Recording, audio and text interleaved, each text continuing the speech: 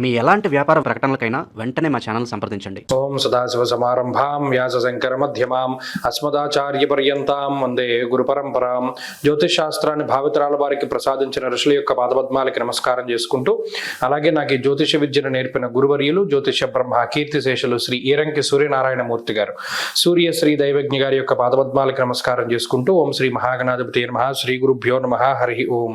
వీక్షకులందరికీ నమస్కారం. ఫిబ్రవరి నెల 22వ తారీఖు లగాయితూ 28 వరకు ఉండేటువంటి గ్రహగతుల ఆధారంగా ద్వాదశ రాశుల వారికి ఈ వారం ఏ విధమైనటువంటి శుభాశుభ ఫలితాలు కలగబోతున్నాయో ఈ కార్యక్రమం ద్వారా తెలుసుకుందాం. అందులో భాగంగా ఈ వారం ఉండేటువంటి గ్రహస్థితిని గమనిస్తే, ఈ వారంలో కూడా గత వారం మాదిరిగానే పంచగ్రహ కూటమి సంభవిస్తూ ఉన్నది. అది కూడా కుంభరాశి ఎందే సంభవిస్తూ ఉన్నది. రవి, కుజ, రాహు, శుక్ర, బుధ గ్రహాలు కుంభరాశి ఎందు సంక్రమిస్తూ ఉండగా, మీనమందు శనేశ్వరుడు, మేష, వృషభ, మిథున రాశుల యందు చంద్రుని యొక్క సంచారము, మిథునమందు గురుడు, సింహయందు కేతువు యొక్క సంచారంతో ఈ వారం గ్రహస్థితి ముందుకు సాగుతూ ఉన్నది. ఇటువంటి గ్రహస్థితిలో ద్వాదశ రాశుల వారికి ఏ విధమైనటువంటి ఫలితాలు కలగబోతూ ఉన్నాయో తెలుసుకుందాం. అందులో భాగంగా మిథున రాశి వారికి భాగ్యస్థానం బంధు 5 గ్రహాలు కూడి ఉన్నాయి. గత వారంలో చంద్రుడితోటి కలిపి 5, ఈ వారంలో కుజుడితోటి కలిపి 5. అయితే ఇక్కడ ఒక మంచి విషయం ఏమిటి అంటే, అష్టమ కుజుని యొక్క దోషం తొలగిపోయినది. అష్టమంలో ఏర్పడ్డటువంటి పంచగ్రహ కూటమిలోంచి ఒక్కొక్క గ్రహం బయటపడడం ద్వారా ఒక్కొక్క రకమైనటువంటి విషయంలో కొంత ప్రశాంతతని పొందగలిగేటువంటి స్థితి రాశి వారికి ఏర్పడుతుంది.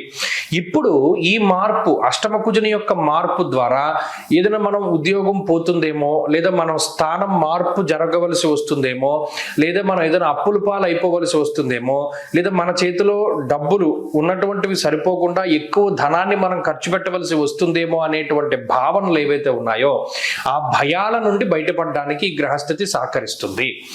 ప్రత్యేకించి మీరు ఏదైతే ప్రణాళిక వేసుకున్నారో ఒక కార్యక్రమం చేయడానికి, ఆ ప్రణాళికాబద్ధంగానే మీ ఖర్చులన్నీ కూడా మీ అదుపులో ఉండేటువంటి విధంగా ఈ గ్రహస్థితి కొంత మేరకు సహకరిస్తుంది. కానీ అల్టిమేట్ గా మీకు మంచి జరుగుతుంది.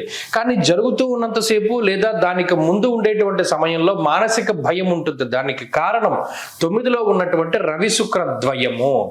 వారు విచారాన్ని వ్యక్తం చేసేటువంటి విధంగా చేస్తారు. అంటే మనం అనుకున్న పని అవుతుందా లేదా, ఉద్యోగంలో కానీ, వ్యాపార పరంగా కానీ, కుటుంబ పరంగా కానీ, సంతాన పరంగా కానీ, అది ఏదైనా అనుకోండి, మనం ఇది ప్రణాళిక వేసుకున్నాం, ఇది దాటితే ఏమవుతుంది అనేటువంటి భయం ఉంటుంది. ఆ భయమే ఉంటుంది తప్పితే ఏది కూడా మీరు వేసుకున్న దానికి విరుద్ధంగా జరగదు. గ్రహస్థితి మీకు సానుకూలంగానే ఉన్నది. కారణం ఏంటి అంటే, దశమ ఏకాదశ స్థానాల్లో చంద్రుని యొక్క సంచారం ఉండడం వల్ల యథామాత సుతాన్ రక్షే తథా రక్షత చంద్రమాహ.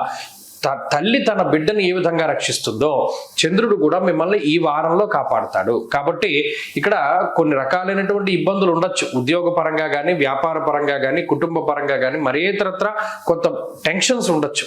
కానీ మధ్యలో కొంత మానసిక ప్రశాంతతను ఏర్పరచడానికి, లేదా మీరు అనుకున్నటువంటి విధంగా పనులు వెళుతున్నాయి అనేటువంటి విధానాలకి ఈ గ్రహస్థితికి చంద్రుడు కూడా కారణమవుతాడు.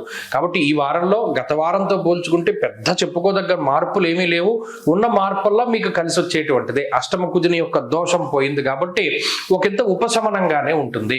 భూపరమైనటువంటి లావాదేవీలు ముందుకు వెళతాయి. ఈ వారంలో మరింత అనుకూలమైనటువంటి ఫలితాలను సాధించడానికై ఎక్కువగా ఈ రాశి వారు దక్షిణామూర్తి యొక్క ఆరాధన చేస్తూ ఉండడం చెప్పదగినటువంటి సూచన. ఈ వారంలో కలిసి వచ్చేటువంటి రోజు సోమవారంగా చెప్పవచ్చును. అదృష్ట సంఖ్య 1, అదృష్ట వర్ణము తెలుపు.